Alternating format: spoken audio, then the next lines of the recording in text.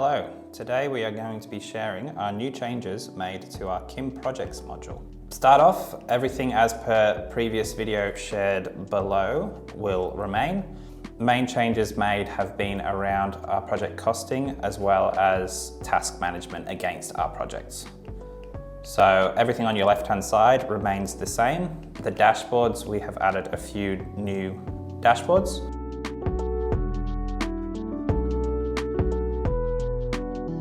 Firstly being our Gantt chart view, which will show you all of your projects across where milestones have been tracked. And it will allow you to expand any of those projects to see the breakdown of delivery dates based on time periods. So if I expand this down, that will show initial works and the time frame in which it's been done. As this is the demo database, the data is in the past. So if I expand that to the current year, you'll see that all of these milestones were due in April, along with if I change it to 6-month view or 3-month view or current month. Year to date will show from the start of the year till your current month. It will only show a month in advance to where you're at, but we are looking to add a change that will allow you to scale it forwards to see more than just current filter to the end of your current month. So that's that view.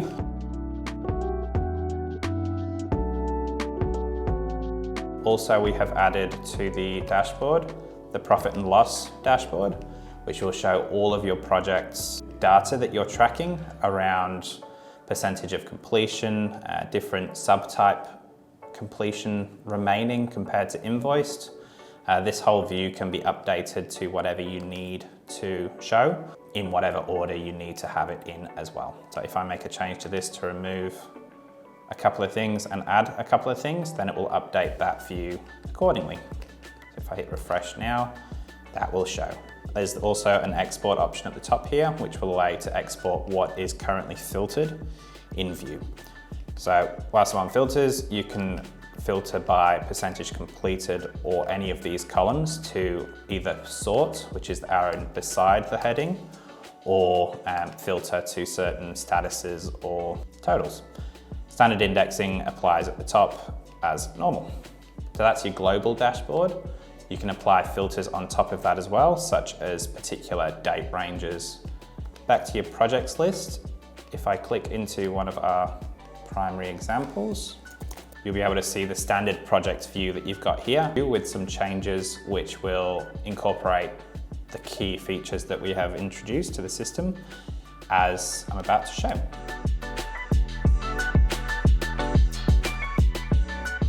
So everything along the top will remain somewhat the same, with the milestones, profit and loss being different.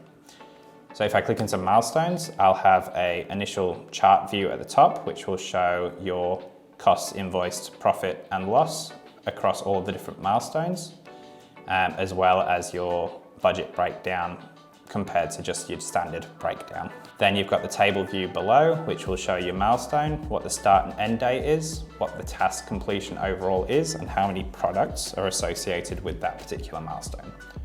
So if I drill into this particular milestone, it'll give me a breakdown at the top based on subtype. So within our system, to keep in line with our sales, we have the concept of subtypes being, say, equipment, subcontractor, labor and material, but we can configure whatever subtypes you're wanting to track based on. So within here, you've got all the products down below and the cost essentially associated with them. You've also got the concept of sub-products under here as well. All of this aligns with the quote itself that is used to formulate or put together this particular project. It's a fairly in-depth breakdown of the different components required for the project.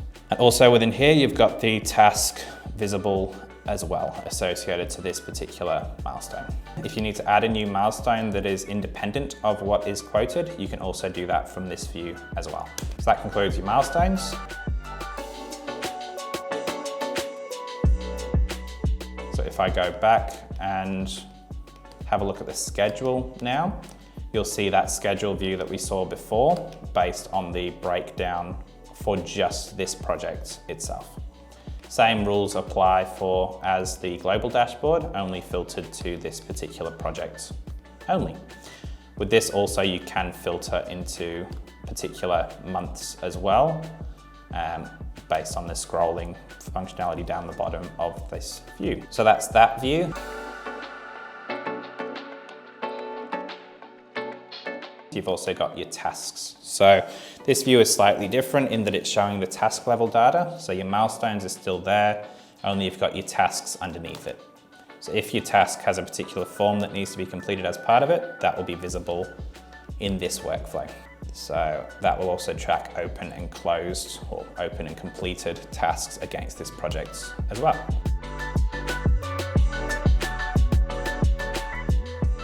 Then we kick into the finance dashboard, which is for the most part unchanged from what was previously there. It will divide your different finance items based on quotes, invoices, and purchase orders with dates corresponding and totals corresponding with each of those items.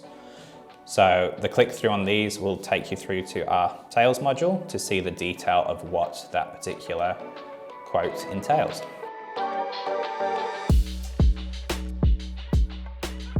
Then we've got our profit and loss dashboard. So within here, similar again to that profit and loss global dashboard we saw, but only with the data from this project. There's a couple of different chart views at the top. So this one is based on milestone, but there's also based on subtypes as well. Within this table view, you've got the milestones and then the cost associated with that milestone compared to what the original value is and the current value. So that's taking into consideration your equipment costs, subcontractor costs, and labor costs. So labor is tracked through your timesheet data, whereas your equipment and material costs are tracked through purchase orders. So that will show you a dashboard of all of the data and a total down the bottom as well. Then you've got filters on top of that where you can filter by particular date ranges again. Then you've got accounts, which will have a breakdown by account code. So if you had account codes associated with each product on your quote, you could see how that looks from a perspective of breaking that down. This example doesn't have account codes against each product, so there's not much to see, but if you did, you would have that same breakdown for milestones and accounts.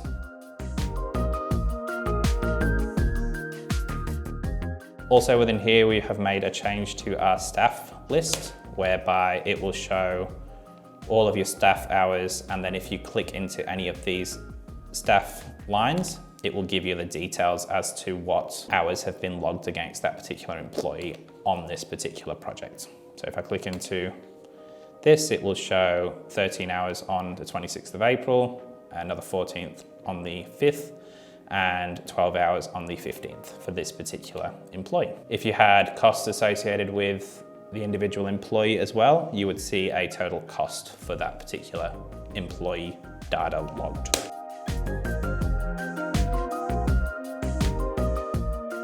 Then you've got products, which will show all of the products that have been allocated to this project and what has been ordered versus what has been received. So basically PO data in this view. So total ordered versus total received. Then you've got a dashboard by activity, which will show the activity that the PO is associated with, and then the purchase orders themselves that have been raised against this project and what products have been added to it. Then received products will show all of the items that have been received against this particular project as well, as a bit of a history trail as to what has been done.